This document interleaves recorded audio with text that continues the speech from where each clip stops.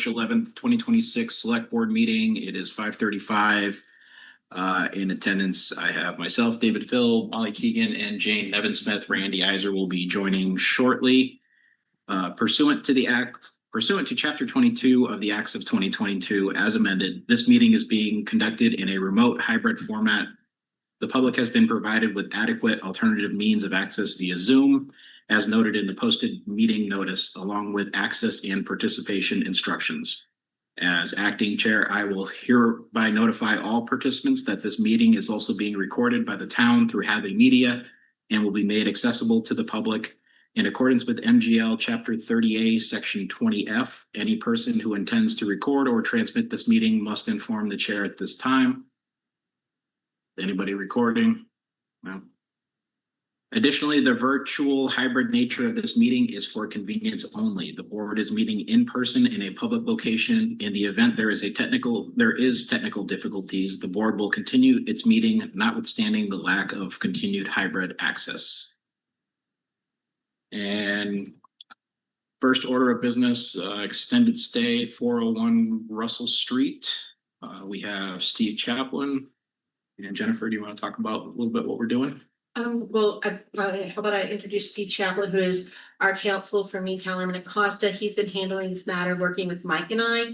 This is for the Howard Johnson that is now called Luray LLC, and it's an extended stay hotel. And Steve, or I shouldn't probably say hotel, it's extended stay, and I'll let Steve take it from there if that's okay. Go ahead, Steve, take it away. Thank you. Thank you for having me. It's nice to be with you. Hopefully you can all hear me. Yes. Okay, great. So I think the board knows the background on this. It's a prominent building in town, as I understand it. This came to my attention when the town administrator's office aptly recognized that the change of use of this property, or the proposed change of use of this property to extended stay, would result in a situation where the revenues that are coming in from the property are no longer commensurate with the demand upon municipal services posed by this property. If it's stated differently, if we had a traditional hotel, there's a collection of local occupancy tax, and that is designed to offset the demand upon municipal services and infrastructure. Extended stay, it doesn't trigger the payment of that tax, so the town would sort of be left holding the bag, so to speak, to put it in plain terms. So we've been in touch, and I've been in touch with counsel for the property owner, and the property owner wants to be a good partner to the town, and counsel and I agreed initially in principle that some form of payment, whether we call it an impacts payment or what have you, to the town on account of the property is appropriate. After that, we entered into a process whereby both sides looked at some records and some figures on their respective sides. We had some communications back and forth. And at this point, I'm here before the board looking for authorization to continue that process with the town administrator's office, but formalizing an agreement and making sure we have the authority from the board to make that agreement. The current annual amount on the table from the owner is $60,000 a year, and I can tell you that's a little bit higher than the local occupancy tax that was paid for the property over the last 5 years on an annual basis. And that's what we do in the law a lot of times, is we have figures that can't necessarily be calculated exactly, so we look at related concepts, and we sort of use them as reasonable approximations. So on balance, and I'm happy to answer any questions the board has, but on balance, I think this is a deal that is appropriate given all the circumstances and all the different factors at play. And that's why I'm here seeking authorization from the board to work with the town administrator's office to formalize this arrangement. Steve, the term of the agreement, is this 1 year and we come back to the table? Is it a multi-year agreement? Or is there like any sort of escalator clause in there? Like what's that looking like? That's a great question. There is a draft that is circulating now. What I'm proposing to go back with on the next round would be a 10-year term that would automatically renew, and the agreement would stay in place as long as the use of the property is extended stay. What that protects the owner from, I would say rightly so, is if it goes back to a traditional hotel, we can't, the town doesn't get to double dip, which I think is only fair. It's an impact payment relative to this particular use. So if the use would stop, then the impact payment may no longer be appropriate. It is my intention to ask for some type of either consumer price index escalator or at a minimum, I would say an opportunity to revisit the figure in good faith as costs go up. Because as the question contemplates, $60,000 today will not go as far as $60,000 5 years from now, or 10 years from now for that matter. And so I do agree that some type of periodic escalator to account for the time value of money is appropriate. The state was looking at giving us the opportunity as a town to increase our taxes, and room tax was one of those we could add a small percentage to. Is that true? Yes. So if that happens, I would like to see something like that built in, that if we're allowed to up our room tax, that would immediately take effect on that $60,000 effect, that amount.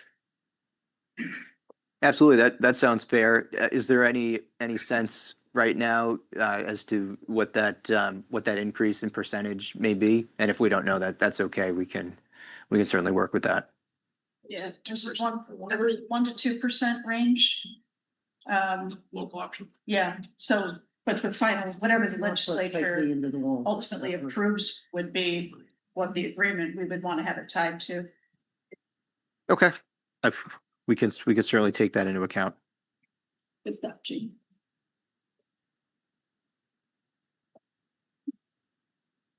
Anybody else have anything? So, so this is considered a pilot agreement, basically, just like with solar or any of the other types of entities, or is this something different? The way I currently have it drafted is not as a pilot per se, but the concept is highly analogous to a pilot agreement. This does not affect the amount of real estate taxes they pay, correct?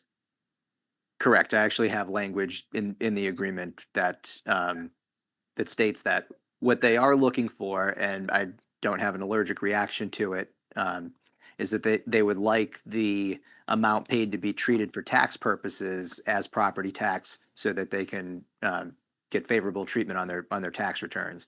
I don't think that's any skin off our nose, and so long as we have language in there, which I have put in, that it wouldn't affect the assessed value of the property or any resulting tax payments to the town, real estate, personal property, or otherwise. Andy, I'll turn it back over to you now that you're here. Okay, thank you so much. Jane? Thank you. I think that since this is the first time we've done anything like this, that 10 years is a long time, and I'd rather see it as a 5-year term. That works well. I can propose that.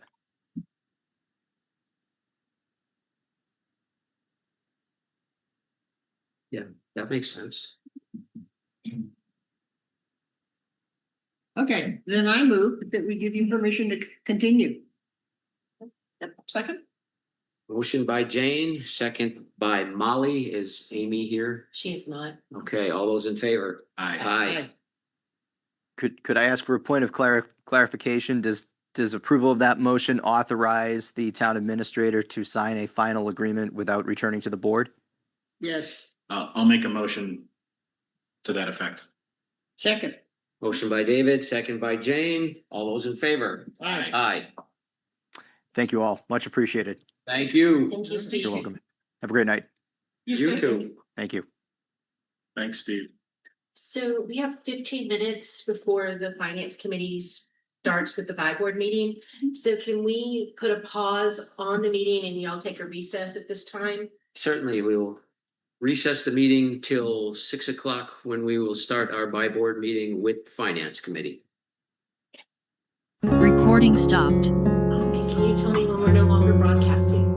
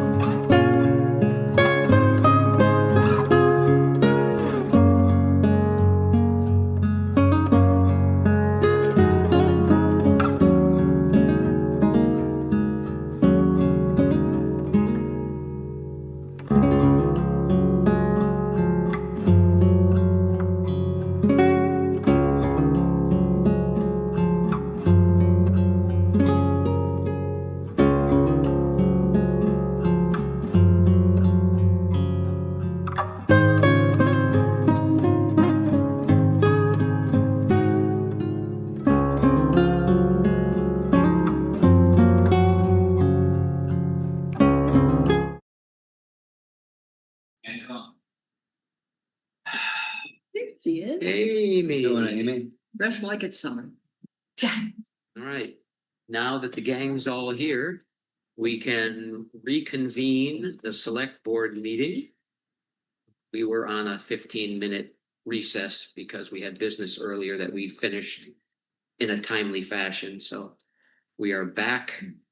Are we live, Nick? We're good? Okay. So we are here this evening as a by board finance committee. Our meeting has been opened, so you guys should probably open yours. I'd like to call the finance meeting to order. Here tonight is Paul McCretsky, Peter Matusco, myself, Amy Fiden, and Harry Bondomowski. Okay, excellent. So we're here to discuss the budget. And last week, we all got a new budget book. And I know, I mean, we've talked about it a little bit. I don't know what the finance committee wants to discuss this evening.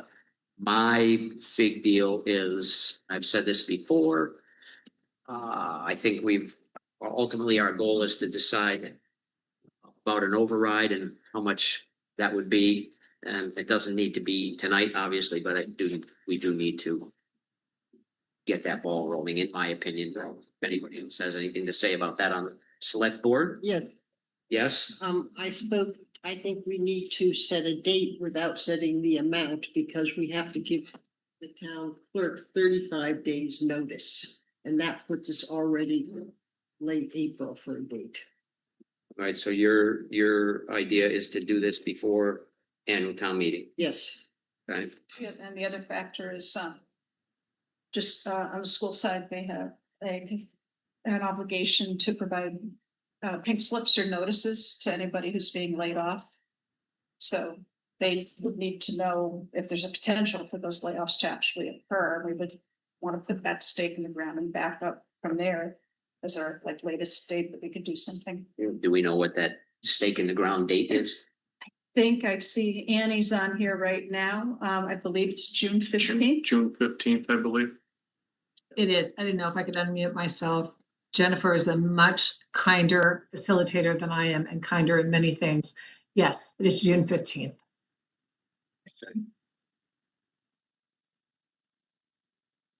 So I don't know, again, I don't know what the pleasure is to discuss this evening. My feeling is that the budget's been beat to death numerous times, and I don't know what you guys think after having looked at it. So feel free.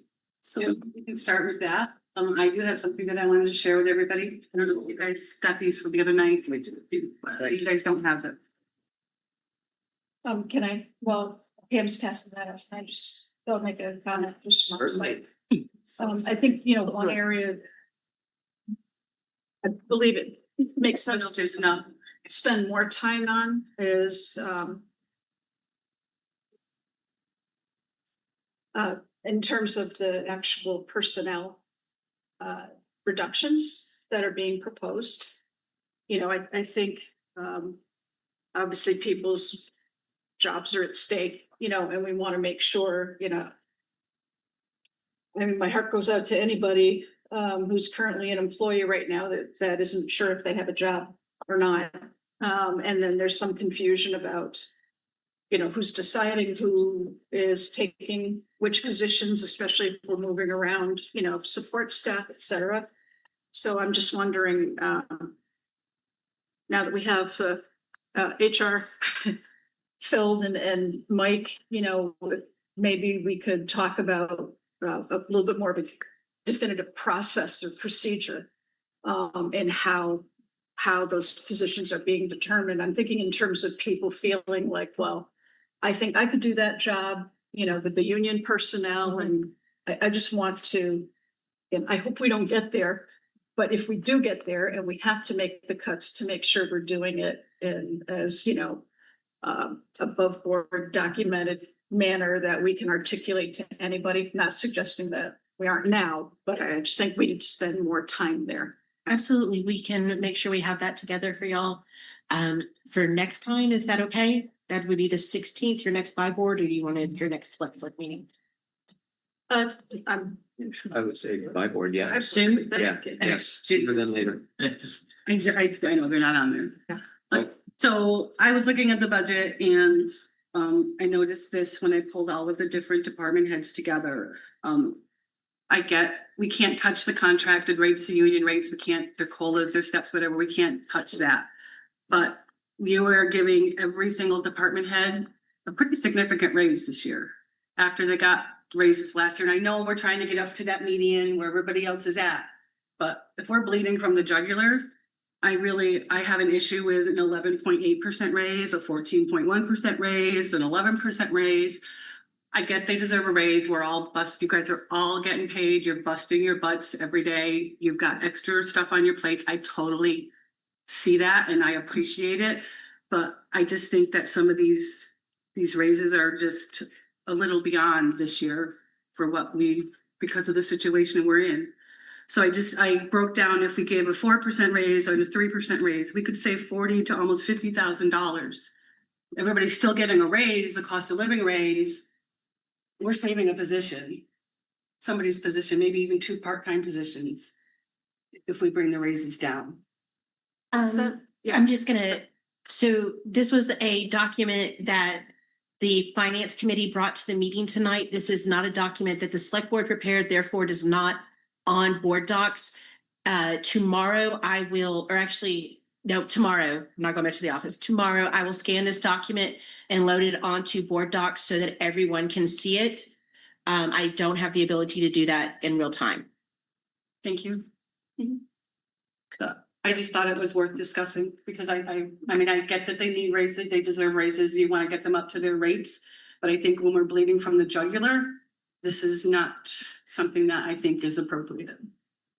Well, you did a great job on this, Pam. I really appreciate seeing these numbers like this. And it also gets me thinking that, after looking at these numbers, and then we're talking about an override at the same time, if you want the taxpayers of Hadley to fork up a little more in their taxes, and they're seeing raises going out like this, I don't know if politically this helps the case any at all.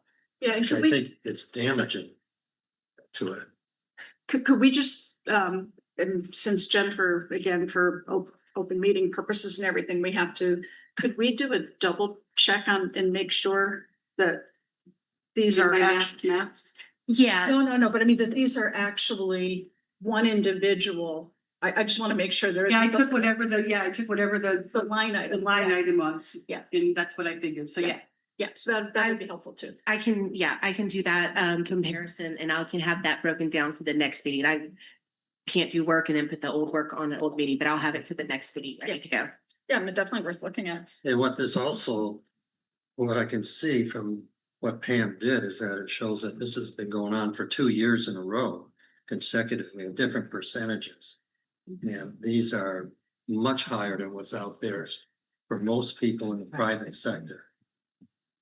It's also much, much higher than the cost of living too. And I understand there's steps involved with certain people, but I also missed the The DPW, optics. just so you know. the optics of this chart does not bode well for proposing an override at all with the public.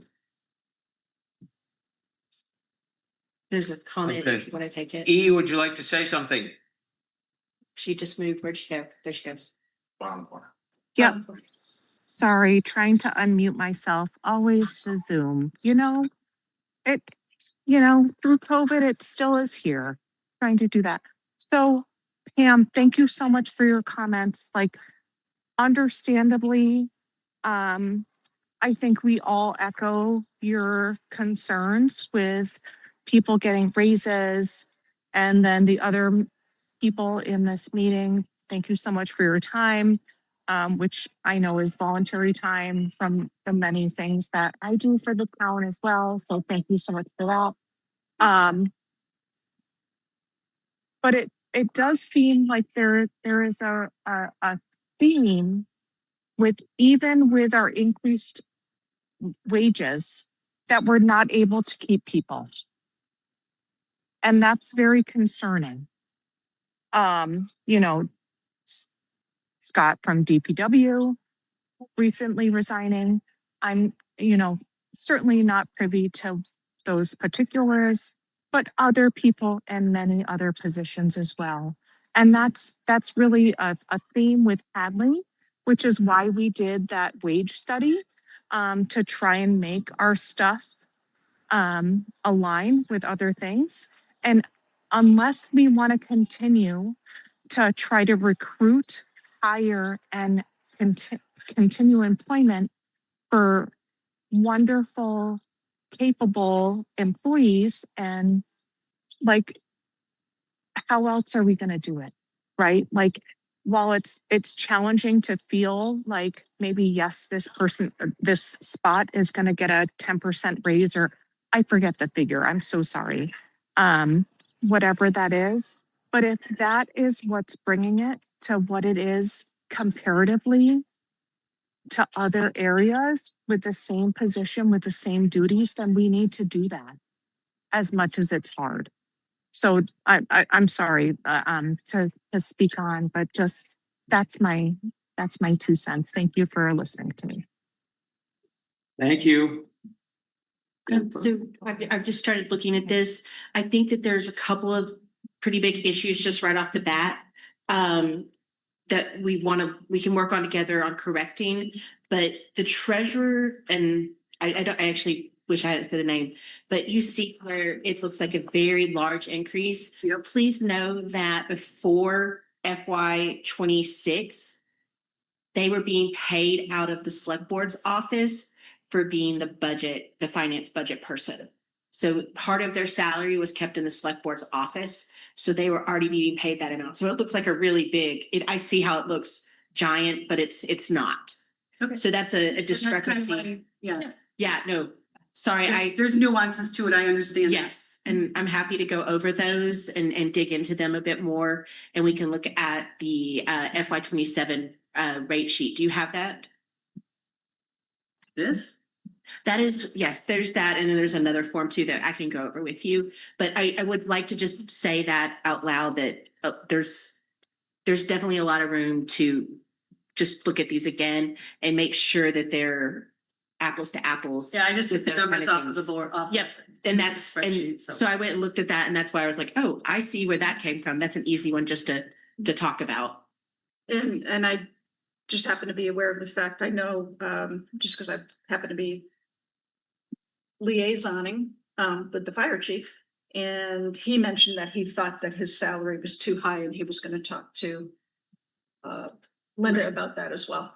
Okay, So so he had coming actually down a flagged little us bit on- too, yeah. Yeah. I just wanted to throw it out there that they're getting, I think where we're sitting right now, this doesn't make sense to me, even with those numbers. Okay, so is it possible for you two to get together before our next meeting and get this When is our next meeting? I rectified? believe it's the 16th. Yes, I'm leaving early from work the 16th, so I'll stop and see you before our meeting, Okay. unless you need me to come in before that. I mean, probably having the numbers together before that would be better, but I can work on them. We can also just email. I'll check. Yep, we'll check. This is like the third time I've heard you say you're leaving work early and then you're hanging out at town. I'm the boss. I can do that. I'll have to make it up in other areas, but yes, I can leave early.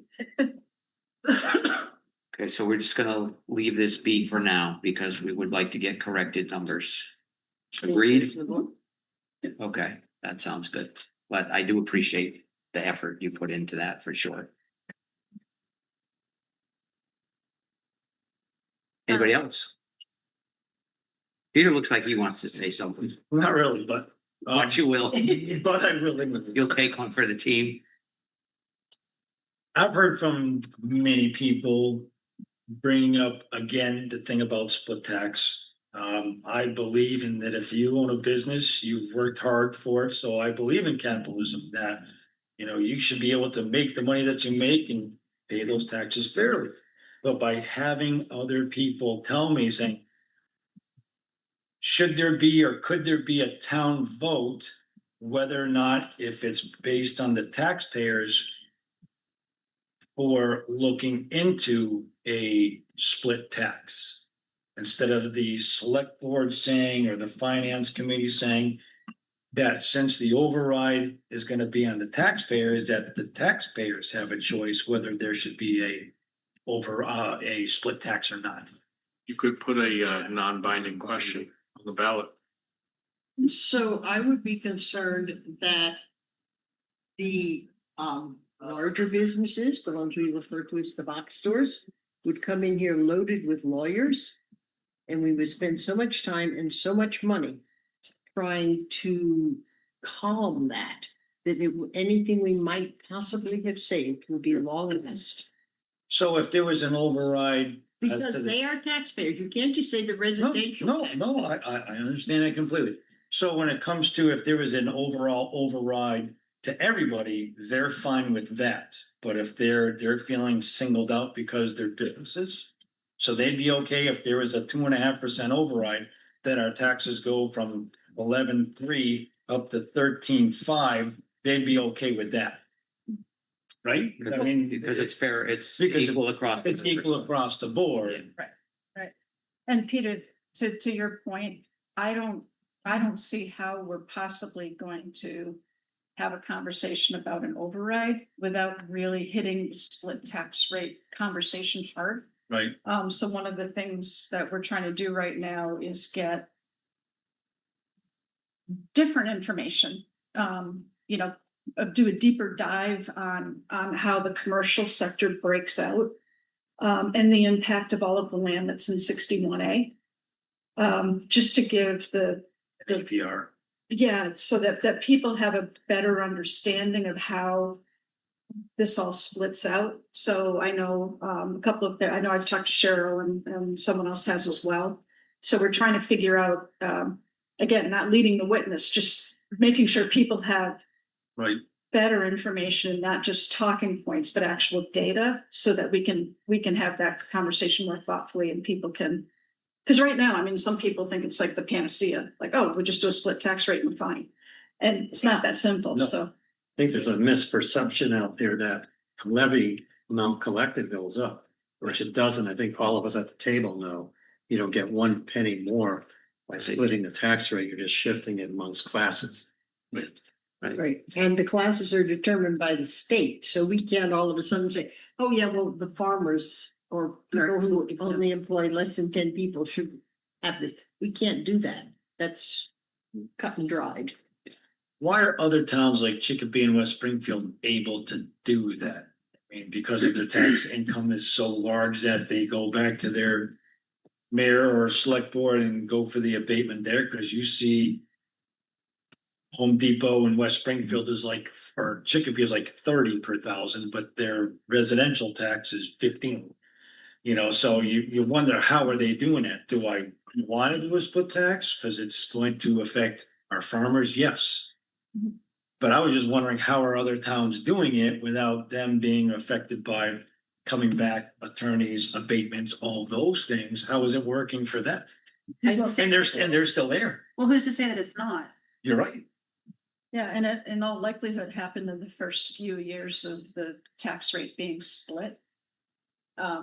So again, I've been trying to talk to assessors outside of town to find out, because like Northampton still has a single tax rate and they have it for a reason. Because all of the analysis they've done suggests that there would be more harm than good from coming to it. Right. But like you're saying, if Chicopee and West Springfield did it a long time ago, we may find out that maybe they wish that they hadn't too, at some point. And what's the ratio from Northampton as to percentage of commercial as to residential, as to what is it here? Is it 20% here in the town for commercial and the 80% is residential? But not knowing that difference in the numbers. The other thing is that most places, as I sort of in my brain scan the view of who has split rates, are cities with larger populations than we are. And that makes a huge difference because you've got a very different kind of base covering everything. And very little agriculture. Right. And to Molly's Good point. point too about, do they regret doing it? And I was reading up on it too a little more. And one of the cons that they bring up is that once you go into it, try getting out of it. Yeah. It's impossible because you're gonna have such a shift back To onto the residential. Right. It'll be unbearable. When it came to COVID during the time, wasn't there, and this was at the time of COVID, because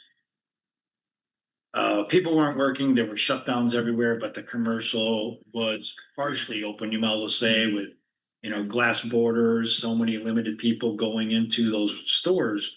At the time, there was a split tax, and then after COVID, it did go back to the Yeah, regular So flat. that tax. 1 year. For 1 year, and the reason was their taxes are set not on necessarily building value, but also related to their income. Mhm. And their income was down, so cutting their taxes impact or adding, we actually. Now I can. We shifted 10%. We basically, Yeah, because their Because their assessments went valuations way came down, down. yeah. Right. Right. so. It kind of for the evened 1 out year- again because their assessments were lower, because their income was lower and. Yeah. Yeah, Yes. That's Because funny we game. didn't want to lose, we didn't want our businesses to go belly up, of course. and so that was what we had to do to save them. So And it seemed to work. I was gonna say, you have to think of like West Springfield and, you know, and Chicopee versus Hadley and, you know, our medium incomes here versus in those areas and our assessed values here versus those areas as well. Yeah, your house in Chicopee, for instance, is not worth what it's worth in. Correct. I agree. So, I've gotten it from a variety of people in town. Some that have land in chapter, some that have farmland that's not in chapter, and I've heard it from people saying, I don't care if it raises the taxes on farmland, I'll save on my house. So it'll cancel out. I've heard it the other way around too, that it's gonna kill me with the land that I don't have in chapter when the tax is going up and hurt the agricultural. So I don't know what's accurate. I think we talked about having this conversation after the election so that way we could kind of decide as a board what we were gonna do, because you know, if we have this conversation now and board membership changes, there's not to say that there might not be a new perspective after the election. Unfortunately, at the end of the day, it's, well, I depending on how you look at it, fortunately or unfortunately, it's the select board that sets the tax rate every year. And so even if we had a non-binding question on the ballot, it's kind of just like a nice to know, but it still doesn't force us to do anything or not do anything. So it's almost. That just messed them. Yeah. And so, yeah, it gets a little bit of how the public's feeling, but I think we need to have a deeper conversation about it and actually see how the numbers work out, because it seems every year the recommendation is no, you can't do it, and here's why. But then again, all these cities and towns are doing it and don't seem to have problems. I also feel we don't fight abatements as hard as we could or should versus some of these bigger towns that maybe have a bigger legal budget. So I think that's part of it. But I think it's a conversation we need to have, because even a lot of people that were 100% against an override have said that, well, if I know that this override will be partially shifted onto the commercial, then I'm more willing to support that. So maybe you get more support that way for an over, I don't know, but I think we need to have the conversation. But then you get to the point where you're saying, trust us, pass this override, and in November or whenever we set the tax rate, we'll do what we said we're gonna do. So that's one of those things that you get into kind of a catch-22 there. So. And we can't set a split rate until the fall. Right. So we're stuck there.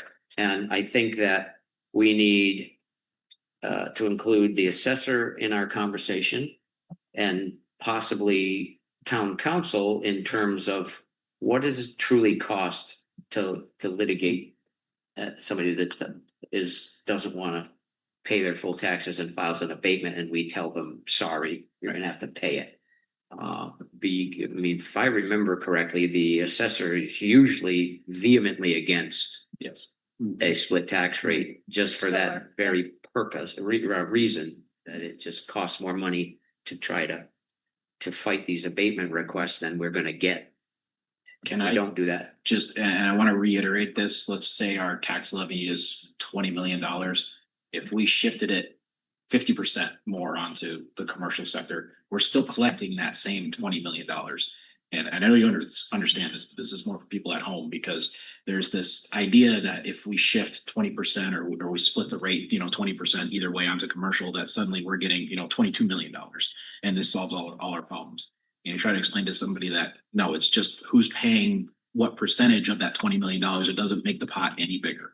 And so I have to repeat that a lot, but it doesn't seem to be getting through to a lot of people in Portugal. So. And like you're saying with some of the farmers, even what is it for the APR or 61, that there's a minimum of 5 acres and it has to be connected parcels. So even if somebody owns 50 acres, but they own 1 here, somewhere down Honeypots or 4 here, it doesn't work as a collective as to what you own. It's all a collected parcel together, 5 and over. So I've heard frustration from farmers saying that it would be, if there was any type of a tax raise, they would be affected by that, but that's state. Right. How that does that. And then another interesting thing, if the farmer's tax rate goes up today, their split tax rate because they're a business, go take a look at the price at the diesel pump. I mean, that's a huge tax increase for them right now. They may change their tune about being happy to trade off between my house and my farmland because now I've got all these other added expenses. So Harry, you want to say something? Yeah, I'm not sure if I'm understanding this correctly or if it's a taboo idea, but I appreciate all the work Pam put into this. But one thing that seems conspicuously missing, and there might be a good reason for it, is select board. So a select board salaries. Yeah. We make zero. Harry, we do this for just our pleasure. Yeah, Okay. we're volunteers. You too? You too, right? Yes. They get I wouldn't- paid we when do you're that paid. till next week. I don't know if we do it for our pleasure, but we do it for zero. Okay, I'm misunderstanding because that's what I thought. Yeah. We're not And then sad. I'm reviewing the figures and it says, general government, select board, a few $100,000 going up $100,000. That's Molly's salary. That's what I'm saying. Does that all go to Randy himself? And he Right, gives everybody exactly. whatever? He has parties. So that does remind me though of something I brought up earlier about stipends. I think we need to revisit that and these boards that are still getting stipends. I think they need to be encouraged to give them up or they should voluntarily give them up. Yeah, I know it's not a lot of money, but it is, of all the boards in the town of Hadley, I'd say the select board spends the most amount of time with meetings and outside work, and we're happy to do it. But the idea that some of these boards and committees are still getting $1,000, couple $1,000 a year stipends for basically a volunteer position, I think it's just money down the drain. It's a ridiculous amount of time to put into it, Mhm. but that's what I'm, so. So that salary, as we talked about last week, we moved the HR position into that, the money from the HR So position. we're gonna hold off on this sheet till next meeting, Okay, though, so till we get next meeting, things, so get we the can numbers get squared more. away. No, I just- So let's Yeah. leave Yeah, that. so The select board number comes from the fact that the numbers from HR got moved basically into town administrator's office, which is the. Okay, so that was all HR. That's basically. That's was very that good. number. Okay. I'm happy to admit my ignorance. We have a fan on the screen. E, Oh, hold on, I have to give her permission. Amy reminded me I was being too kind to the audience.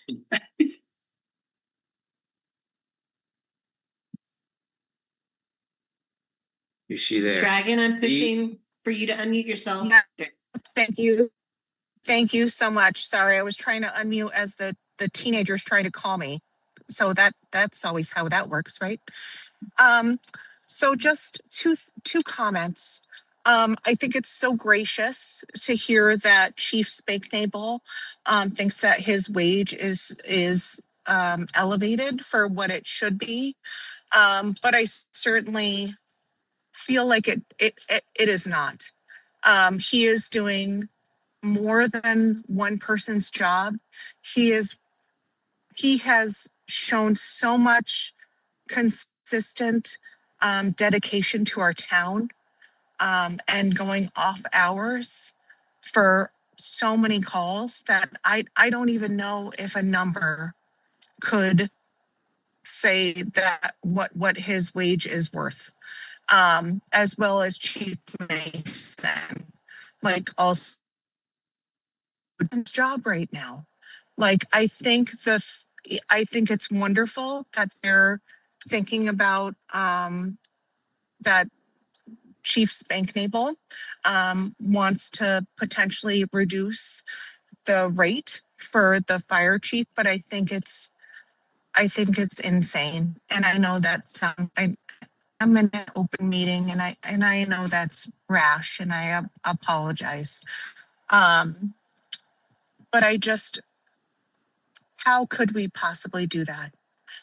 Also, thank you, David, for mentioning the stipends for other board members. I know the Board of Health, several years ago removed our stipends or selectively, whatever, removed our stipends for board members for our positions. So I think that does make sense, and I would encourage that for other boards, as they see fit and are able to. So thank you so much for that. Thank you. E, can I just I'm all clarify? set. Thank you so much. Yeah, E, I just want to clarify what I said. Yeah. Just because I see where you thought I was going.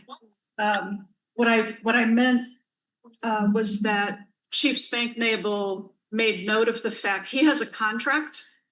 And he thought that the figure that is in the budget book is actually higher than what is in his contract. And he just wanted to go back and double check that with Linda. Gotcha. Oh, Yeah. thank you so much for clarifying that. Yeah. I do like want to make sure, like, as we are with everything, making sure it's like with a COLA and across board with other representative communities and our workload. So that way, whoever, I never want Chief Spanknable to resign or retire. But we're all human. But I want it to be able to be sustainable for the next human, if that makes sense. So thank you so much for your time. Okay, thank you. You got another one? I do. Please. I think I mentioned this at the last meeting, but I'd also like to maybe do a deeper dive on the local receipts. Sadly, I'm worried that we may be overshooting a bit, and that's bad, because that means that if we're overshooting here, then that means more cuts there. But you know, just some of these line items, again, I think it's good to have a conversation about the possibility of number one, with staffing reductions, is there the possibility that people who are in the position to earn these local receipts and collect those local receipts, it could have an adverse impact on it. And if not, great, but I just think we should talk it through. Investment earnings, you know, I think for the most part, the town has pretty stable investments, but we should talk to Linda about that just in case, because there's no guarantee on how markets are going to do this year. Again, I think most of it's pretty stable, but that's all. I would just like to have a little bit deeper dive on those line items. The investment earnings, are they in more than one line item? I mean, my thought is that they end up in the stabilization fund. Do we have our investments for other reasons as well? We do. Okay, thank you. I just want to go back really quick to the split tax rate, sorry, but everybody really hit on, I mean, it was a really good discussion. Everybody really hit on little parts of that discussion. It's important to kind of dig deeper in that. I think, you know, not asking for a decision today, but I really think that it does probably make sense to ask, you know, in a non-binding question, phrased in a certain way, whether or not folks would be interested in that. And I say that only because, Peter, you brought up, you know, how are these other towns handling it? Do the abatements go up and things like that? And I think it's important to know the answers to that question. And we've heard from our own assessor that they do. They're preparing, you know, they prepare for things like that. Our assessor worked in Holyoke previous to this. To David's point earlier, once you go down that road, or someone said it, it's hard to get back out again, right? And sometimes it actually keeps going. And I don't know if you remember the PowerPoint that the assessors did. You don't have to go the whole way with splitting the tax rate, meaning you don't have to go the 100%, burden on the commercial and reverse it for the residential. But ultimately, that does sometimes happen. It works its way there. But you can find percentages and you can find this middle ground. The other part of it that someone mentioned was, what happens to the business sector, right? I've heard a lot of people say that Hadley has kind of won if there was a competition for drawing in commercial business, Hadley's kind of won in this area. So there's a concern, obviously, that folks, maybe businesses would stop coming if the tax rate was huge. What I can tell you is that in speaking directly with our assessor, where she used to work, Holyoke's, and I just brought it up here, Holyoke's split tax rate is 1743 for residential and 3815 for commercial.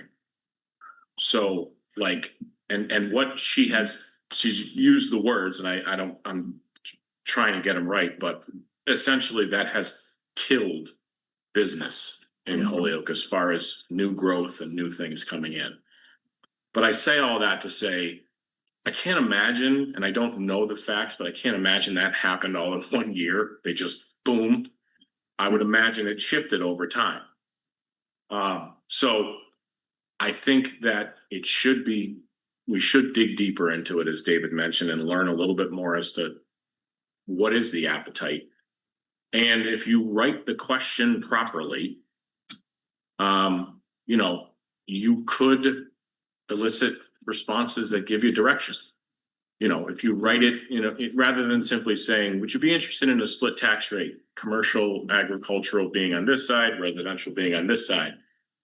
Rather than saying that, if you were to say something along the lines of, would you be more amenable to voting for an override if the tax rates were split in these percentages, or something like that?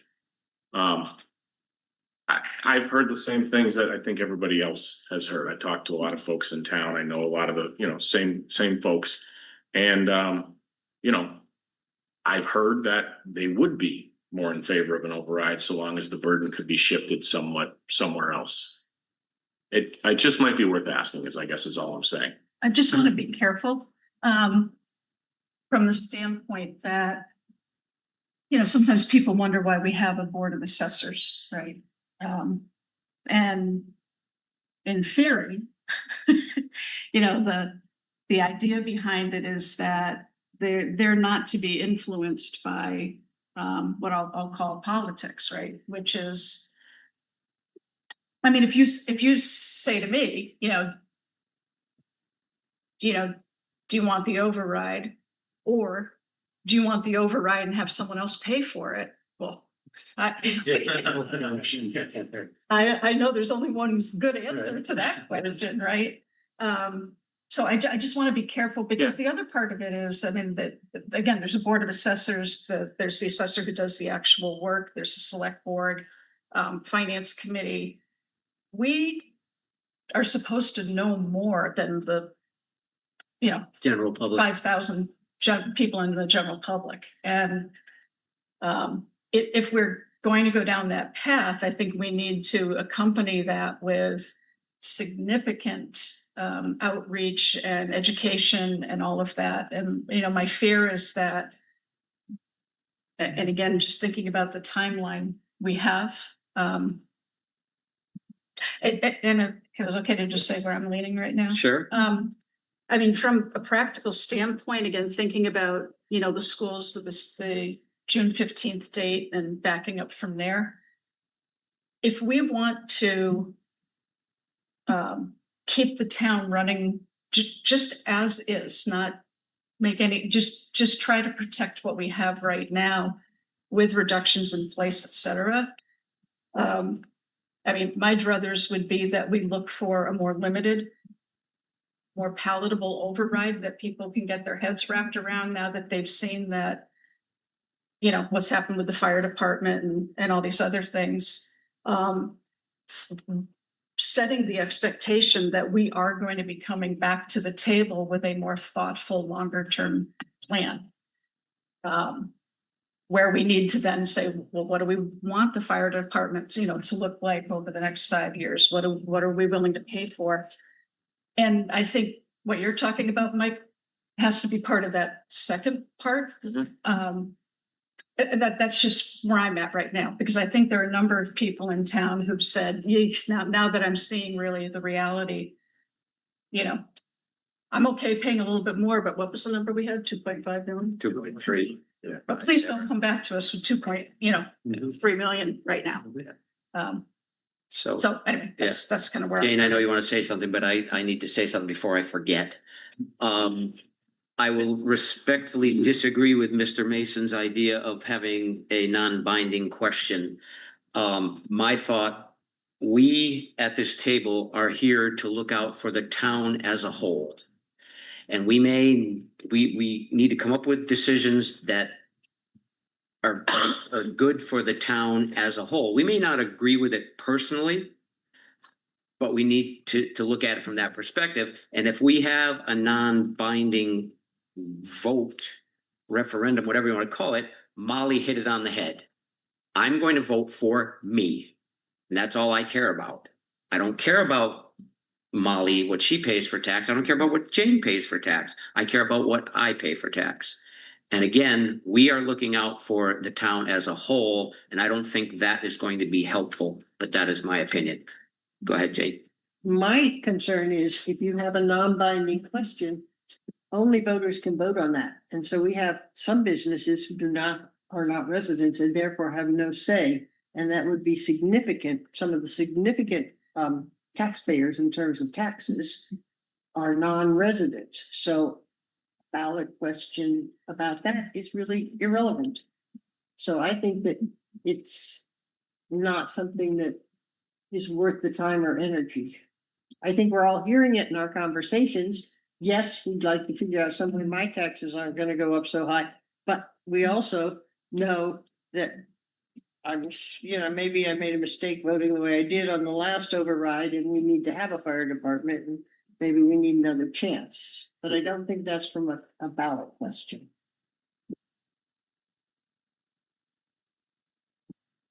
Okay, so I'm hearing from two different places about a time frame for coming up with the potential for an override vote. And again, I know we're not going to make that decision tonight, but I would like to think that, I would like to ask everybody if a straw vote, if you will, if we believe we need an override. And again, no money attached to it, that would come later. But do we believe we need an override? As I said at our last meeting, we have to be cohesive here. This side of the table, that side of the table. We all have to be in agreement, or it's going to go down, whatever it is going to go down in flames. So I'm happy to start if you'd like. Please. All right, so I'm gonna get my head ripped off for this, but I think Not a good start. yeah. So my personal feeling is that the override needs to wait until the fall. And the reason I say that is I think even if we put a limited override immediately after special town meeting, I think we're gonna crash and burn on that. And the reason for that is we're making all these layoffs and cuts on paper, but none of them really go into effect until July 1st anyways. So what we're asking people to do is say, look, we're making all these cuts, we're saving all this money, but replenish it all so we can reverse all those cuts before they even happen. And so I think we're going to be right back in the same spot we were last time, where people said, show us the savings, show us the cost or the changes that you've made. And yes, we already have made some changes, but I think it's just going to be hard. It's going to be a hard battle to fight for. I think is if we waited until the fall, we can make that argument and people can see maybe the library being closed one day a week is not acceptable to them. So they're willing to pay up for that. But if you just make the threat and nothing ever happens, it's kind of a hard argument to make. So that's all. Well, I just said, I'm firmly in favor of a limited override, and for some of the reasons I just talked about, which is I think is people have more information now than they did when we were at town meeting and the ballot previously. And I think there are a number of people who, again, I mean, it was such a rush, trying to get it in the sessions that we had, the attendance was somewhat limited. I think people became a lot more engaged after the fact, and have, so I've had a number of people say, oh, well, I didn't realize that. And, maybe if I'd known that, I might have voted differently. But the other thing that really concerns me is, and where I would disagree with David on the timing, is that once July 1st hits, we have no choice. We have to make the cuts of whatever budget we approve. Now we're talking the school system, which terrifies me.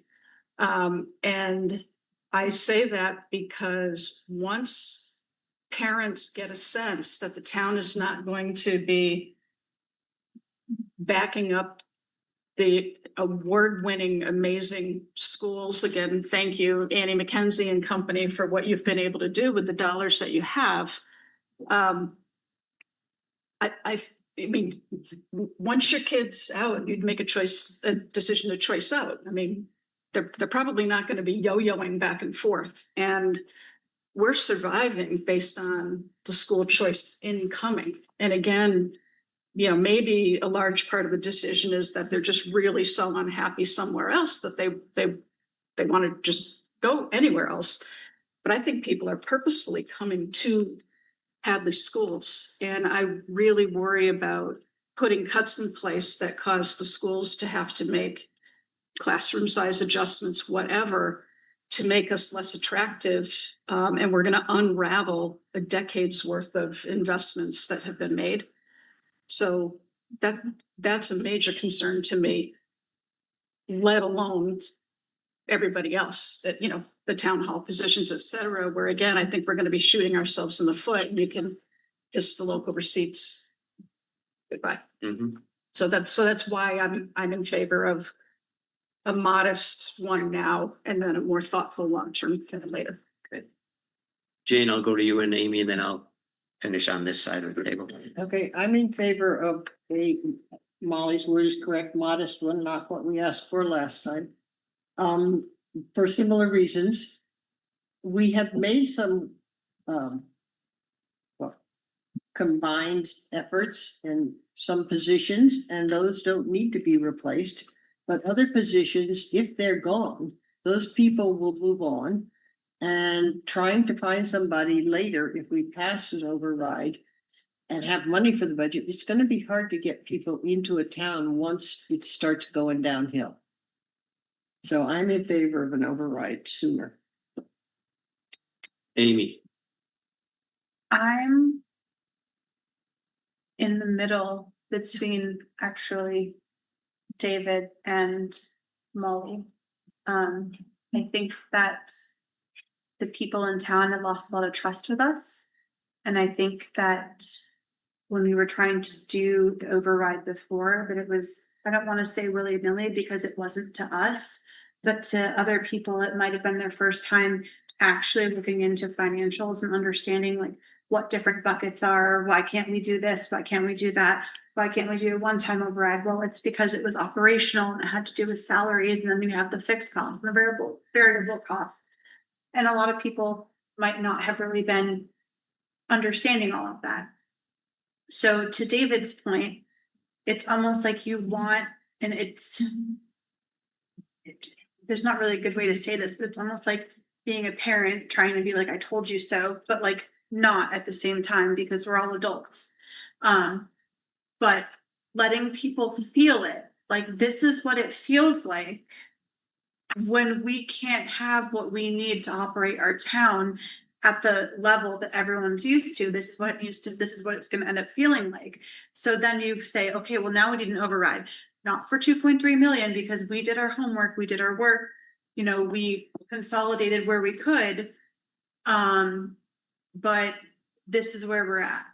And this is the best that we can do unless we have an override of this amount. And then coming up, you know, with a more firm long-term plan. Unfortunately, for people to feel it, like David said, it might actually have to be in the fall. Do we want people to lose their jobs? No. Do we want people to move on? No. But I don't know the appetite of the townsfolk, like where they're at, if they would do an override now. But that's me. Okay. And my opinion is we need an override sooner than later, for a lot of the reasons Molly spoke about.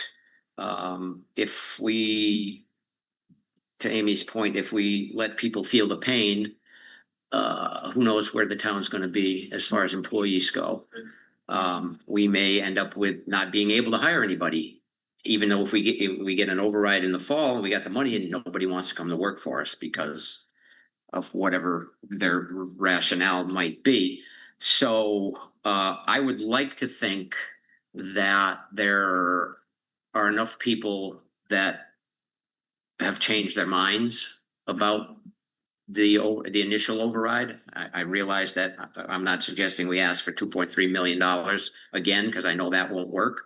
My thought is that we figure out each department, what do we need to maintain status quo? And that doesn't mean 20 new firefighters or anything like that, but the where we're at now, so that we can maintain the necessary staff that we have. And we have reorganized some things, gotten rid of some positions. I wouldn't recommend that we rehire any of that stuff, but there are positions that we've lost that we need to replace in order to keep the town running efficiently. And then finally, I would hope that we're going to get a different group, an additional group of people that would come out to discuss an override at a town meeting or at the ballot, because they've seen what's happening since the last attempt. And Amy, then I'll let you guys, oh, we have Jane. I want to add one thing. I think the concept of that's been said by several people, and I think it's wrong. Let the people feel it. That's not the job of the select board. The select board is to, as you said earlier, is to run the town in the best for all the people. And to say, oh, well, you know, you didn't really hear what we were saying before, so we want you to feel the pain. No, this is the reality of it. It may come with pain, but that is not our goal, to have you feel it. And then Amy said something interesting about people have lost trust in us. And that makes me feel like we've been deceiving people, which we have not. You know, it is, the numbers are what they are. The 2.3 million was to try to keep the town whole. Now, granted, we've since learned that we can cut some things out of that, but probably not a whole lot in order to keep things going and protect ourselves into the future, because we're $1.5 million short this year just to keep things where we've got it now, not to get us back where we were. And next year, there's going to be pay increases, there's going to be inflation, everything's going to go up, and we can get 2.5% more. So we're going to be going backwards again. And none of us can predict how that's going to be, but I think we all know that things aren't going to settle back where, oh, inflation's 1% and we got no problem. We got it licked. We got 2.5%, no problem. So we're just, I mean, the original thought was we don't want to have to come back year after year after year. And we're probably going to get ourselves to a place where the town can function and we're not losing critical positions, but we won't be fully staffed like some of the departments would like to be. So we good on this side of the table, Mr. Mason? I was just gonna give you all a timeline so that, I mean, it may help the situation as far as 35-day rule and all that. 35 days is like the minimum that the clerk has in order to put an election together. It's, you know, speaking with her from the last time, it's it's not something that you can just throw together. So 35 days is basically the bare minimum. And I would guess that there would need to be more time built into that. Best possible case scenario, if you start from the very next board meeting that you have scheduled, if you all were to agree and say, yes, let's have an override on March 16th, that 35-day period would bring you to April 20th. And again, I don't think that's a good way to go. I don't think you should do, the exactly 35 days. So, if you added an extra 2 weeks to that, just, reasonably, you're talking about May 4th. Your town meeting is on May 7th. So, I mean, you're up against it at that point. And I don't know. It's a part of the conversation. It's something that needs to be a part of your conversation as to whether or not you want to engage in an override vote 3 days before you vote on budgets and things like that. And to David's point, even if the budget gets voted through as it stands with all the cuts, if no other changes are made, you still then have, a month and a half to do whatever you want to do. Yeah. And you can set that time frame, coming up. Do it after you could do it after town meeting. You just need to make sure that it's before June 15th.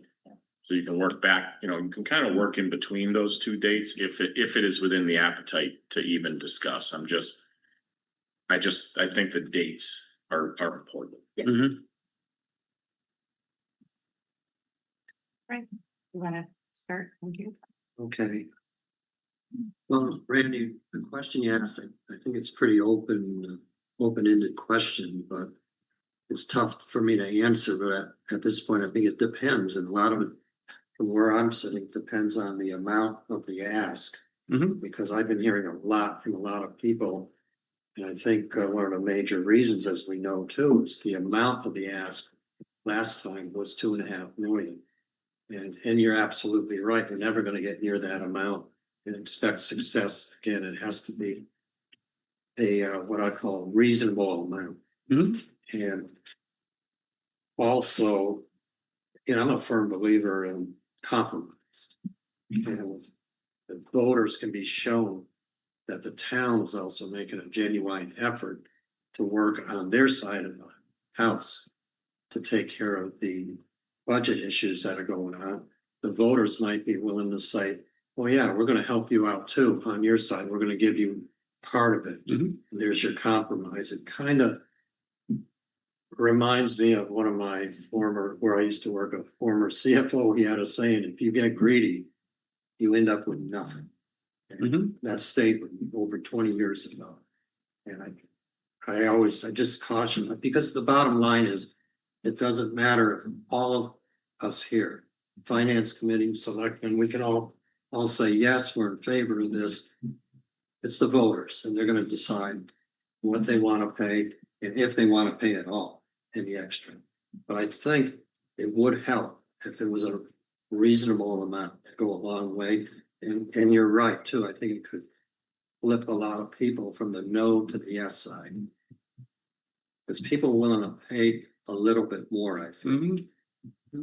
But not, last time it was 18%. And that just is a little too much. And I know, you're talking about the revenues, Prop 2.5. That's true. We only get 2.5% revenues, but there are other increases. Local estimated receipts go up. And I know maybe it's not the case this year, but traditionally they've been going up at a pretty good clip year after year. And also there's new growth added in, and people are aware of all this, and they know it's not just the 2.5% that the town is getting. So if we're getting whatever, 4, 5, 6%, and the expenditures are outstripping that each year, questions are asked because they have to live in their homes, and how are they doing? That's my thought.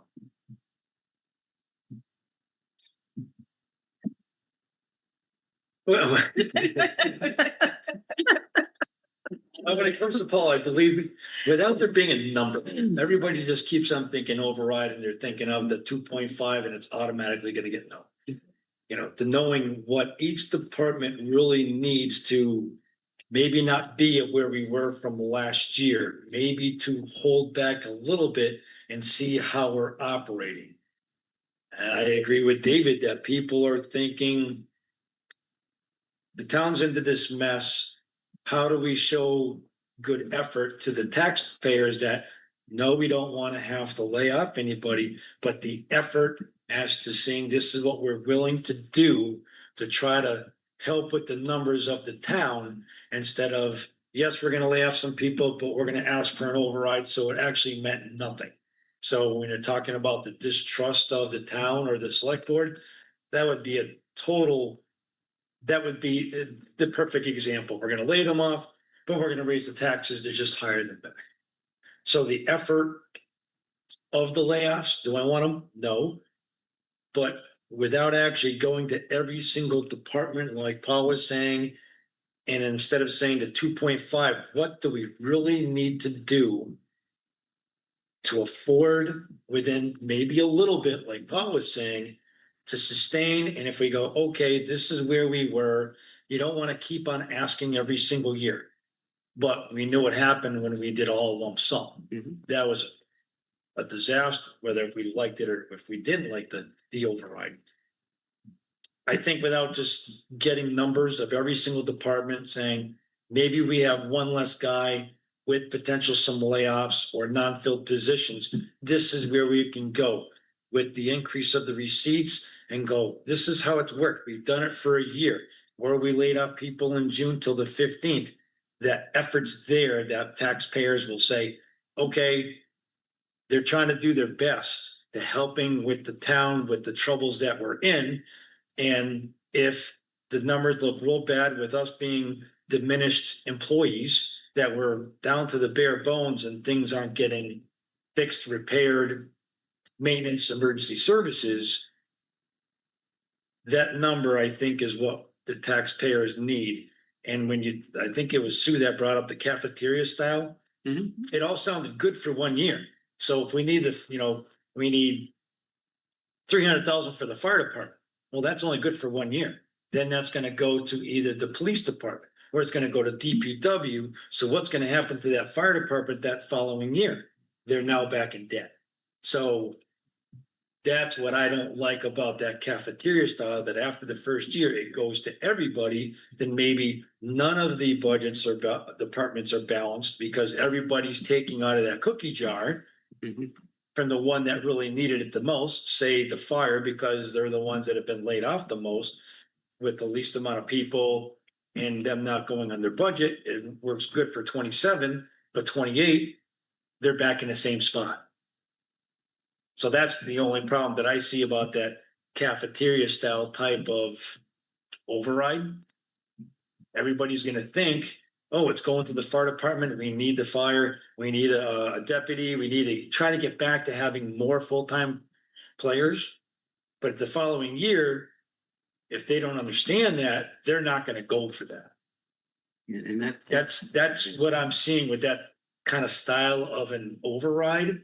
So if a number is set for, this is what we need to do, we're going to make some efforts through the town, like David was saying, to making some of those sacrifices. Do we want to? No, but like Amy was saying, the distrust to the town, they feel they're being, all of a sudden things are great. Then all of a sudden now we need a $2.3 million override to try to not sway, but say, okay, a little bit of a tax increase for the little bit from everybody might not be as painful as to me bringing up myself. Every year it's going to go up $1,000, and every 5 years my taxes are going up an extra $1,000.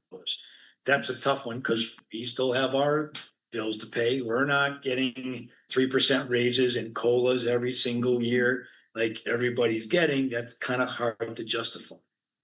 So if there's a set number, what we can do with it, the baseline for the base of maybe some sacrifices of some people gone till June 15th.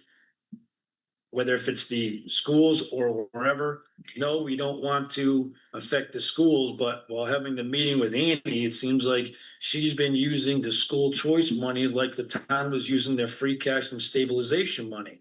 Something's going on. Is it because there's too many people and they're just using all of that free cash, or in their choice, their thing, the school choice money where it's gonna be depleted? Why is that? Where's the money going that they're losing? Or they're gonna run out of money in 28. So that means a spending problem, because they can only have so many people coming into the school for school choice, because 25 people to a classroom, you can only have so many people. So then after that's telling me that's a spending problem with the same amount of teachers. And, you know, I know it all depends on the students that are going to other schools, and if they have, our own kids have IEPs that they need. So we're kind of limited that way, but the school's kind of having the same problem that the town did, using free cash and stabilization to balance our budget. Can I just interrupt with that? Of course. Annie explained to us earlier, that they were using that money for money that the town did not give them for improvements. Understand? Yes. So it wasn't like they were spending it. We weren't spending it because this side of the town wasn't giving it to that side of the town. So they had an option with their school of choice money to help the town keep their budget low and not raise taxes way back. And that's how it started. So it sounds like I need numbers. I you're would willing want, to talk about it is what I heard. I'm You're willing to talk about it number. within a reasonable number, but also some of the town making, I'm not saying the town, the select board or wherever, where we're looking at, you know, these kinds of raises that Pam was giving us, saying, okay, if those numbers are true, okay, where are those sacrifices that we're willing to give raises, but we're also willing to lay people off? So where is that even balance? And if there is a certain number, where would that number for the override go to? An overall general one to everybody to try to balance all of their budgets, one more than the other? So I'm not saying it's off the table, but if there were certain numbers, And it might be optional, but I think the layoffs is what people are telling me. That's the first thing that they need, that they would like, is cuts. And I thought I made it clear that we were just gonna figure out, do we need an override, whether it's $10 or $10 million, in order to move forward without the town keep going backwards and backwards. So I'm not looking to get numbers out of anybody. What my thought is, if we all agree that we at least can have a discussion about an override, then to your point, Peter, we figure out what department needs what can we cut and make it as painless as possible for everybody. So I'm not looking for, I'm not gonna say, oh, you said on March 11th that you were in favor of an override. I want to just get the thought out there that, we are in dire straits. We need something, and let's figure out what it is that we need to everybody's point, to make everybody, as much as we can, get people to vote in favor of it so we can get some money. We're not going to get it all. And after listening to all this conversation, I don't think we can do this before town meeting. I think that's a silly thing. I mean, I agree with Mr. Mason that we can do it after, and that, again, that's my opinion. We can. One of the things that Linda had said to us early on is we could propose 2 budgets at town meeting, which it saves the extra meeting. And the question, which has to then, whichever budget passes, we still have to vote at the ballot. And that vote is already scheduled for 2 weeks later. So that makes sense to me. That looks like instead of having a special override, we might just have 2 budgets to offer. So you don't have to vote 2 separate budgets. You can vote your original budget and you can vote a supplemental amount. to, you know, if you, whatever gaps you wanted to fill in, you could have an article that has a supplemental amount to be added and allocated to that budget. Subject You know, to the outcome of. the- Subject, yeah, Yeah. exactly. Some town I read about recently had set their budget question that whichever was the highest that passed was the one that would be accepted, and because you could vote yes for both. Whichever one had the most votes would be the one that actually took effect. What about the rest of the? Anyway, Yeah, sorry, yeah. that was. All right, so I would be willing to say yes on part of it. I was very impressed with the schools. The schools asked for a very minimal amount, it's 1%. Sometimes they give back, max is 2%. They did not have the wage study increases like the rest of the town. They've been fiscally responsible. They've found different ways to make, have enough money to make their budget work without requesting extra from the taxpayers. So I'm not saying what the dollar amount is. Would I support the schools? I feel like I really would want to support the schools. I do have a concern that the schools, though, it's only for the year, like Peter said. I would rather see it say that whatever it was, that we could see it every single year, that we always knew. Boards change, select board, finance, everybody changes, and it would be nice to know that the taxpayers, whatever they decided on, if they did the cafeteria style, was going always directly to the place that they wanted it to. As far as when the rest of the town would go, I'm not really sure because we have not met. So the schools were the ones that we really met with, so I was very impressed with Annie's presentation. The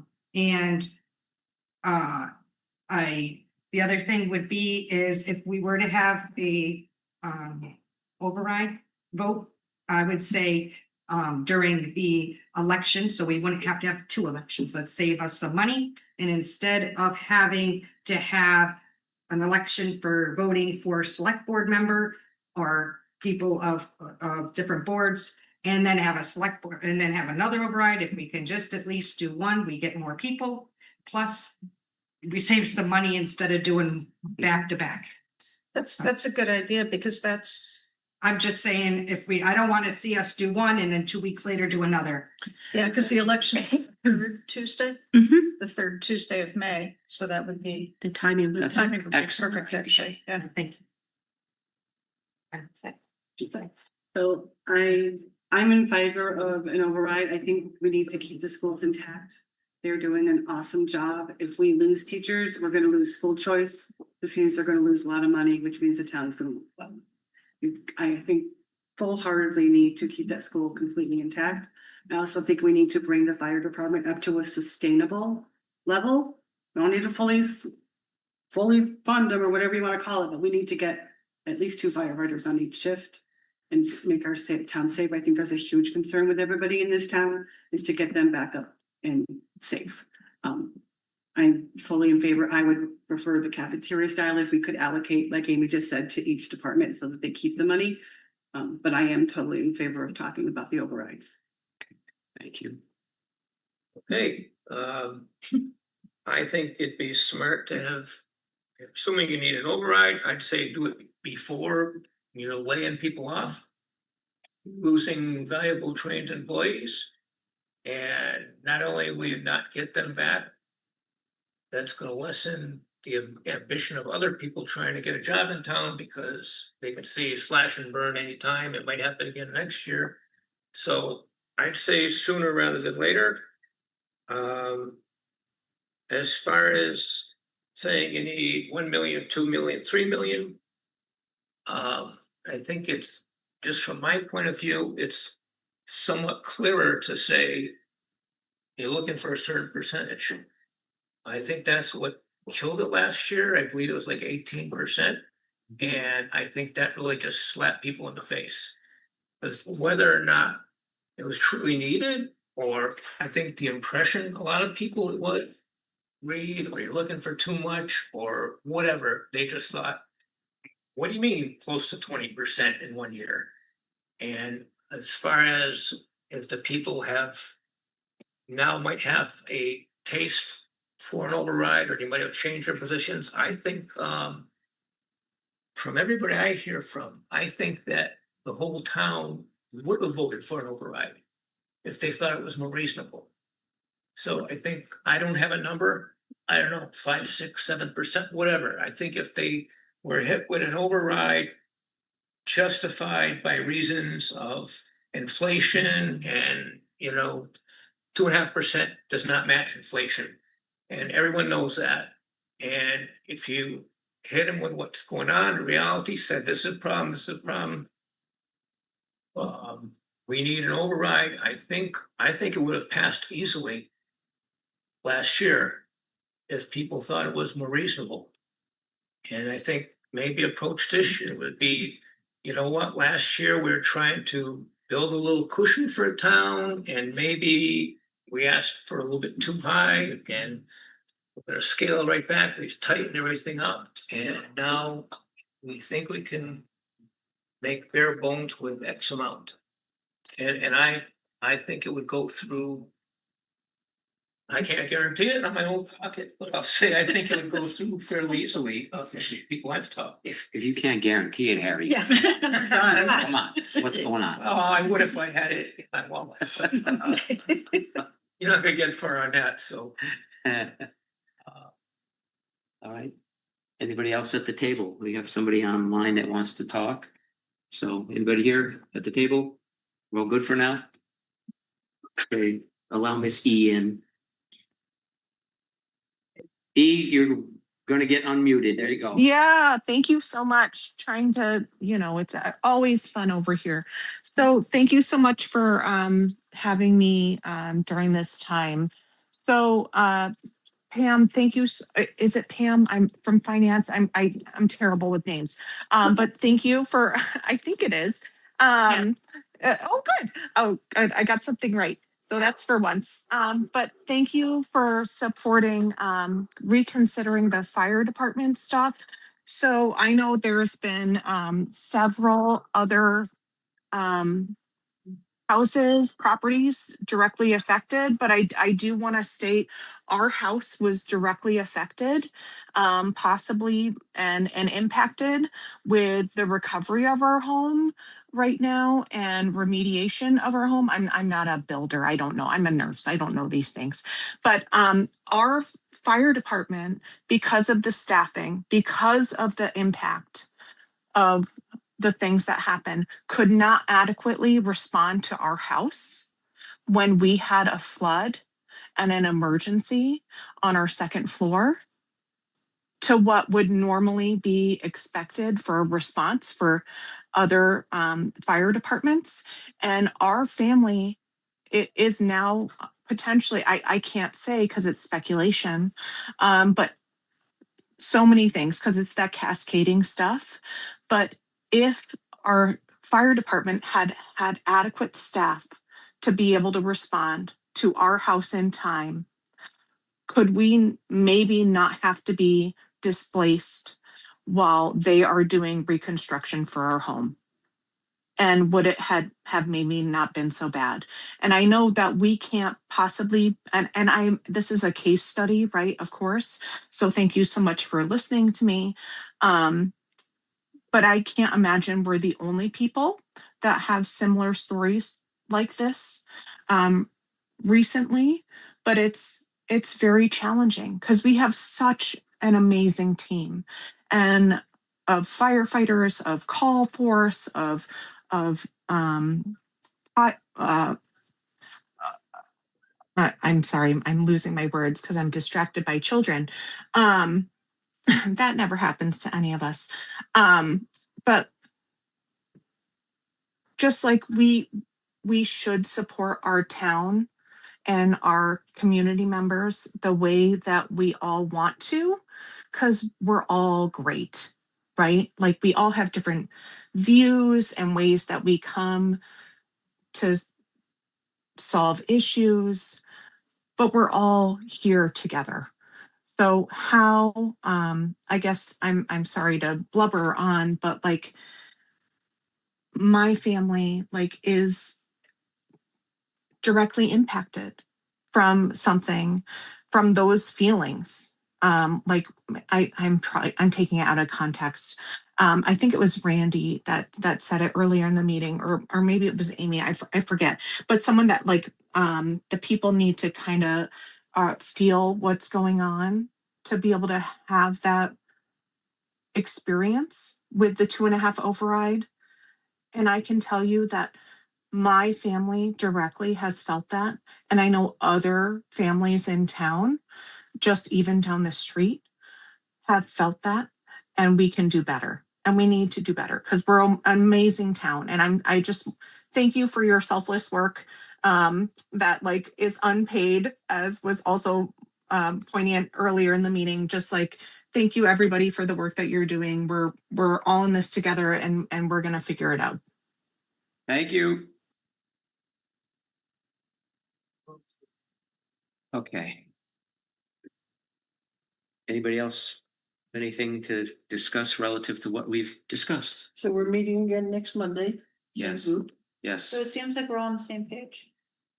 Yeah, I think we are. Right. We just gotta figure out the logistics of it and the details.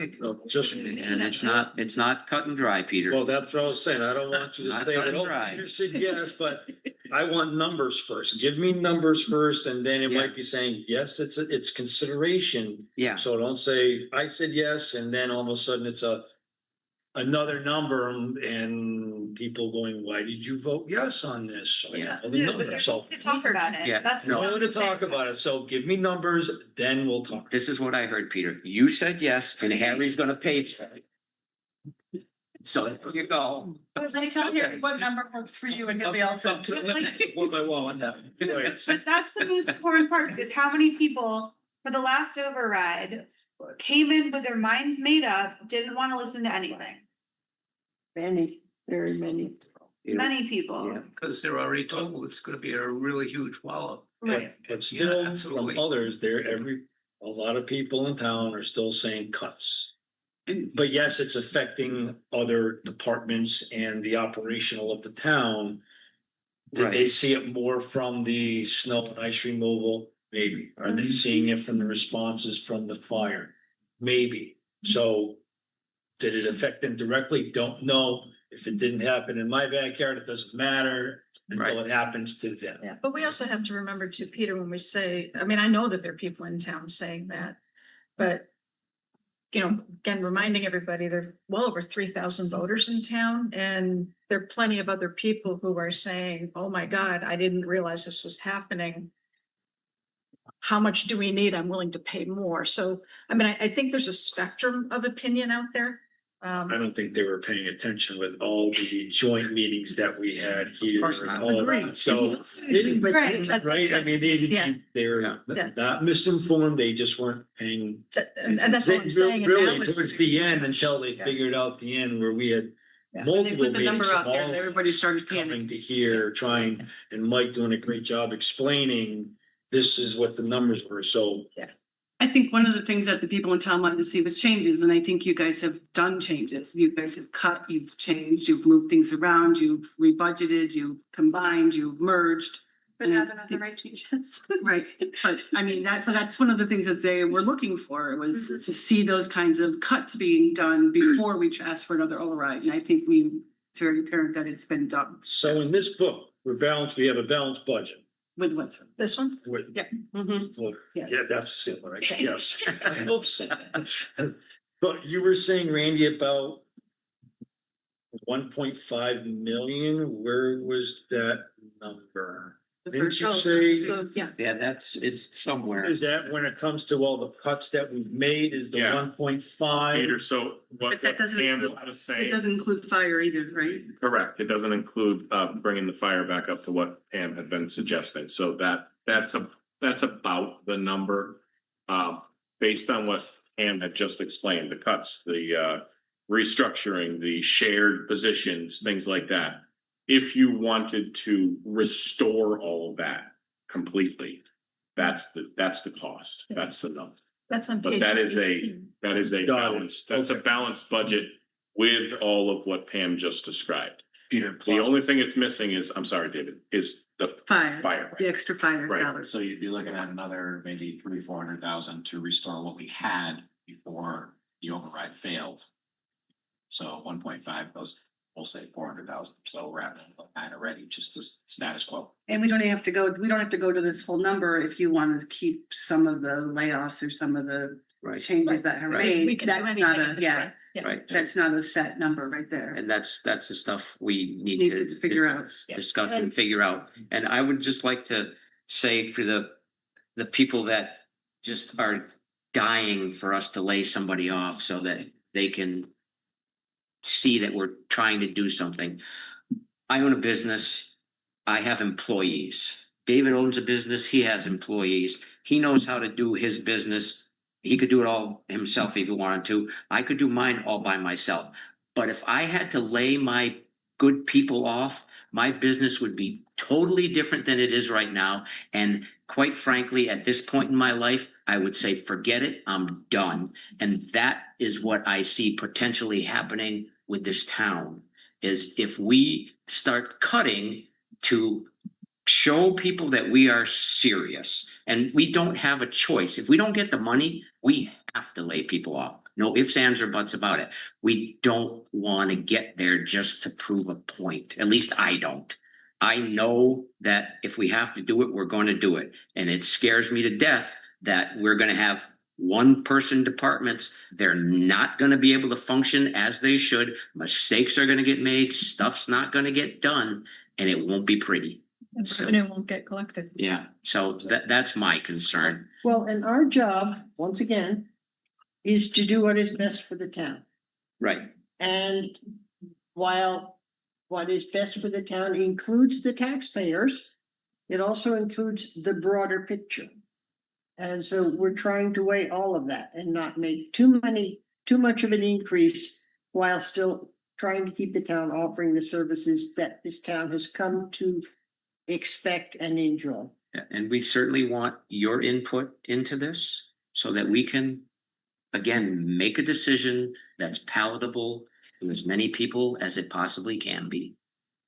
With the numbers that after, with talking to David, we asked for a 2.5 override, 300 was for maintenance or capital, right, if I remember. Yeah. So that right there is 2.2, and after, when David's saying the 1.5 for what to bring us back, plus the 400K would be for fire department, we're already at 1.9, you're 500 grand less than really what you're asking for, so. No, Peter, the cuts that were made last year brought that 2.2 down.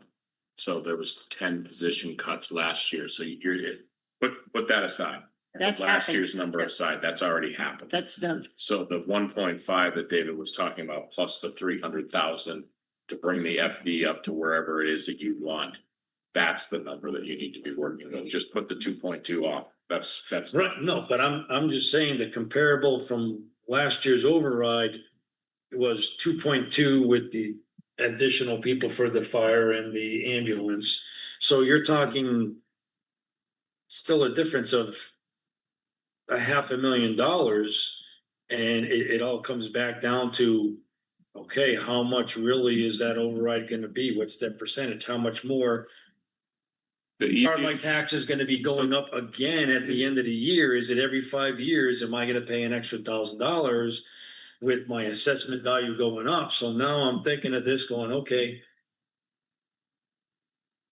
Is this really gonna work? Now continuing to adding those taxes for us going back to where we were. So the easiest way that I can explain it, based upon what it is that you're looking for, is this. You want a number that's important to you. Harry, you were mentioning that, we could turn it into a percentage, however you want to slice it. Start from the 0 point, right? As we mentioned in the past, we're working from, we are at 0 right now. You're at a balanced budget with cuts. You hit the nail on the head. If you want to meet with every department head, you want to look at each departmental budget, and you want to determine what you think a reasonable level of services is for each department. Work on the plus side from there. So let's just pretend we have one department in town and we have a balanced budget and we have to lay off people from that department. Let's use the fire department as an example. If you think a reasonable level of services is to add back enough people to have 2 firefighters on every shift, I think if I know the fire chief's budget well enough, we're talking about 4 people. You would ask for from the fire chief or from the select board, the budgeted numbers, annual salaries plus benefits for 4 firefighters. Bam, that is your override number. That's it. Like I said, if we're just pretending we only have one department in town, that's the number that you're looking for. Does that make sense? Yes. And do the So same thing with the you school. They need to stay level. Exactly. So just do it across the board. As you meet with department heads, you kind of have to decide on your own what you think that reasonable level of services is. Annie, I've met with Annie multiple times. A historic cut. You saw it. It's enormous. If you just determine that you want to cut that in half, it's too much. Let's make that cut in half. That's plus 300,000 or whatever it is for your override number. And then you continue on from there. You get to DPW. We need to add 1 person back from here. We can't cut that many people. Scott, what is the annual salary of this position plus benefits? Add that on top. So as we work through these finance committee meetings, we can start to generate that number for you based upon what you would like to see. Now, here's the problem. It sounds like we're all on the same page about having the discussion, but everybody has different ideas of what they would vote for, what they would like to see. We support the schools. I support school and fire, whatever it is. Once you have that general idea, then y'all can haggle over the which departments get supported all you want. But I guess that's the best way I can explain it, is that start from 0, determine what you think each department needs, and then get the department head to tell you salary plus benefits. We have to add benefits, super important. That's part of this process. And then that's your number. And if you decide that it's nothing, I've talked to enough people that they want to see these cuts, and you decide for you that it's nothing, then you're voting no on an override. It's $0. That's that. Does that make sense? It does. Okay. So I hope. Yeah, very clear. Nancy, Thank you. hang on, you need to Oh, speak to the microphone. Okay, thank you. Nancy Banman, 17 High Meadow Road. I was at the school at Dr. McKenzie's presentation, and I was really impressed. As a parent, I was just amazed at what she's been able to accomplish with her team and with the town support. And I think it is so pivotal that we support the schools, but it's not just the schools. We've got to support the DPW that gets the kids on safe roads to the schools. I'm not for a cafeteria program of an override, because I think, as I think Molly and other people have put it, we're all in this together, and E did too. And I think that we can't have one without the other. And I think we also can't have select board suggesting an override and the finance committee not. I think it's really important to the town that you are all unified. And the override number that you've come up with yet again is really close. I mean, the scheme of things, right? It's if you add 1.5 million, and that includes, I'm assuming, the 750,000 that Dr. McKenzie needed in order to avoid the layoff of 10 teachers. So we're up at 1.9. So it kind of speaks to the accuracy of the first number. There were some savings, but here again, you've gone through the numbers and have come up with really close.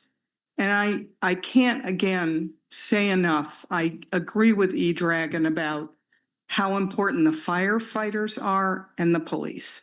And I think we can't expect people to work for free or lower wages. And it's just not fair to them, and we won't be able to have people in those positions if we undercut the salaries of the area. So, you know, it's like you walk into the grocery store, you pay a certain amount for milk and eggs, and we have to pay for what we're willing to live with in this town. And I think that is the bottom line, is that things have gone up, health insurance, people's contracts have gone up, and that is where we are in this economy now. And I think we've got to keep pace with it. I agree very stringently, like I think Dr. McKenzie did in her department, and Chief Mason and Captain Spanknable. They went through their departments very carefully, really looking at the inventory, and I'm all for that. This is considered like a reset. So I think it's really important going forward, we take a look at those numbers in detail and then put it out there. That the numbers speak for themselves, what we need as a town and what we prize as very important for all of us to live with. Thank you. Thank you. Jane? One of the major things that makes the difference between the number that we're now talking about, which is the essentials, and that extra 300,000 that we were putting in for capital, is we have 3 buildings that are going to go to hell in a handbasket because there is no money to maintain them. And that's a disaster. The town has not taken care of its buildings in the past. We voted for new buildings. We said, yes, we will take care of them. And now there's no money.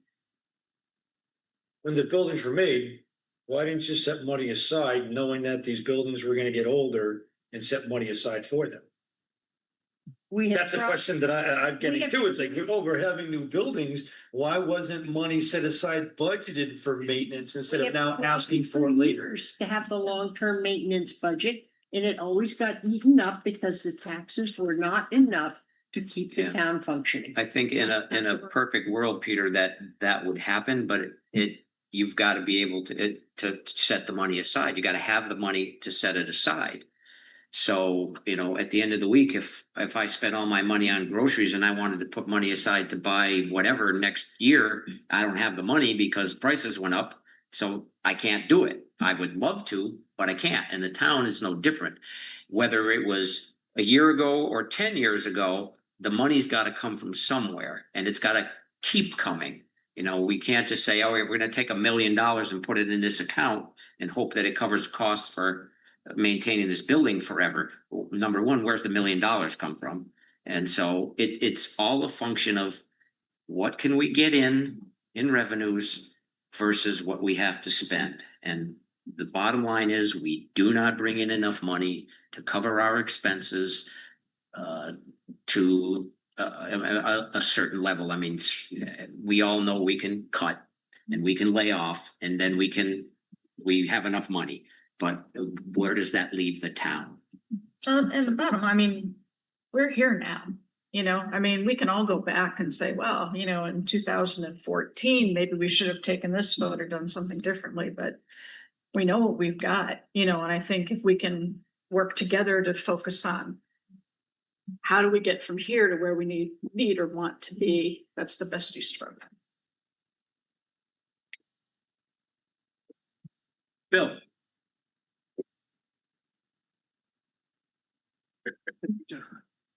So Bill Lennon, 17 Hyman Road. I just wanted a few comments. One is that I've been trying to talk to my neighbors about all this and trying to collect their views about it. And at some point, what I've done is transition to, okay, I hear everybody's got this list of complaints in their pocket, and it's sort of endless, really. I've just switched my thinking to now when I'm talking to people, I say, I'm in favor of doing something. I'm in favor of a override, not the one of last fall, but I'm in favor of an override, and I'm asking them to be positive about something for our town. So can you join me in being in favor of something? That's the transition I've tried to make in my conversations with people, because I have a laundry list of all the problems. Second point I wanted to make was I was we were at the Dr. McKenzie's presentation to the finance committee meeting. I would urge the finance committee to find their way to coming up with a proposed increase that they would present to the select board as a suggestion based on the outcome of these meetings in the spirit of what Mike Mason said. So this, I think of as kind of an audit, finance committee sort of auditing and saying, okay, this is what we think about the school department, the DPW and so forth, and that you'd come up with a recommendation to the select board as a way to create the ability to have a unified view on what to do, because I think that's necessary. And I think it would be a good idea for the finance committee as they dig into these numbers to make that kind of recommendation. I did want one final point. Months ago, I might have been in favor of talking about split tax rate. I want to urge everybody to push that topic off into the future someplace where, after a lot of conversation and education about it, right now, I think it just confuses the entire conversation. And I think everybody knows that we don't know enough about the impacts, how it would impact different sectors of the town. And it just confuses, and we don't really have the time to stop and have this in-depth, deep dive analysis and conversation about split tax rate. So I just would urge that people take a position, a unified position, to push that off into the future someplace and be that, and just not have that conversation now. Thank you. Thank you. Question? Sure. When does the finance committee finish its interviews? 30th. Of March? March. Okay, good. We have no clue. With as many meetings we have. We have one tomorrow, so. Okay. So Bill brought up a good point that I was gonna suggest exactly what he said. You guys are going to talk to all the various departments, so bring your numbers back. And then that would be an excellent basis for a good conversation to start. Given that, do we need a joint meeting on Monday?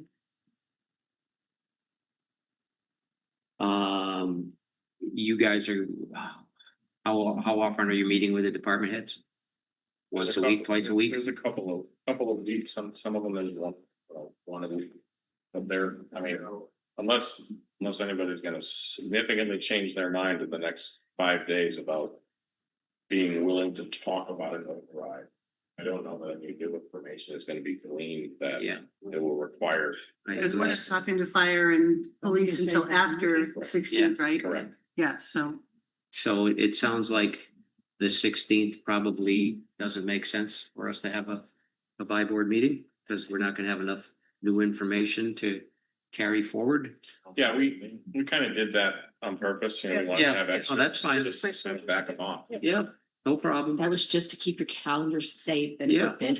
No, but you've got nothing, so we don't need to put that one on. When do we support? That's different. You guys okay with it? I'm gonna go on the 30th. The 30th? Police, fire, I think. Maybe you good with that? Yeah, so the by-board meeting will be on the I 24th. was told, well, maybe. Wait, on the maybe like 24th? 2 meetings a month. Mike just said This 30th, time I don't know. and You know that- That's the last finance. You don't talk to DPW. That's how they get you. Until 30, which is gonna be some of the bigger numbers that we're gonna need. Okay, but if you'd have quite a few numbers on the 24th, you'd have several departments at least. We could start with that. Does that make sense, or do you want to wait? Research, so he has a little presentation. About Who's he? Gage. Oh, Gage? Oh, Gage. So Okay. do something on the 24th. Okay. Okay. At the by board? Yes. So we're racing the 16th. Yes, sir. To the budget. Yeah, okay. It'll be on the 24th.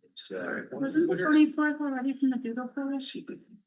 Yes. Everything was. The 16th was too, Amy. For availability, just to get. Yeah. So take away the I 16th, didn't think we would take that. and we're gonna do, on the 24th is gonna be the next by-board. So yes, so we're gonna have numbers for them for that one. And Monday the 30th? Yeah. Are we still on the clock? We are. Oh, I guess. I know everybody wants to have a 5-5 vote. But once again, like I brought up last year, if there is a 4-1 or a 3-2, it's still based on the taxpayer's opinion as to what they want to pay and what they think they should be paying. So I know people are saying, yeah, it's great to have a 5-5, but I can't influence somebody to voting yes when if I say no or vice versa. So it's still up to them. They're paying their own bills. Yeah. Whether they can afford it or not. So if there is gonna be a difference, not to say that I'm not or that I am. It's not up to us. We can make those recommendations, we can make those suggestions. But it's still up to everybody else as to the number that, if there was one, the number presented, that it's really them paying their own bills. Right. And that's what they are thinking about. It's about me, like you were saying before. They would like to have a tax increase onto the commercial, but it's about what I don't have to pay. So, yes. No, and I'm certainly not suggesting that we have to have 5-5. It is gonna be what it's gonna be. My big thing is, again, we have to look out for what is best for the town. It may not be best for me, it may not be best for you, but for the town, we need to be unified. And if we say, this is what we believe the town needs to function as a town, this is the dollar amount.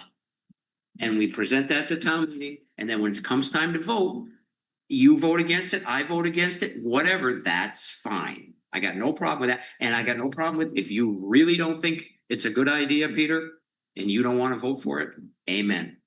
Whether you're at town meeting or whether you're at these by board meetings, you're entitled to your opinion, and whatever it is, I'm fine with that. All right, we good?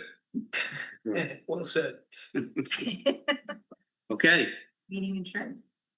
I don't think Peter believes you. Peter believes everything I tell him. Second. Okay, motion to adjourn by Amy, second by Jane. All those in favor?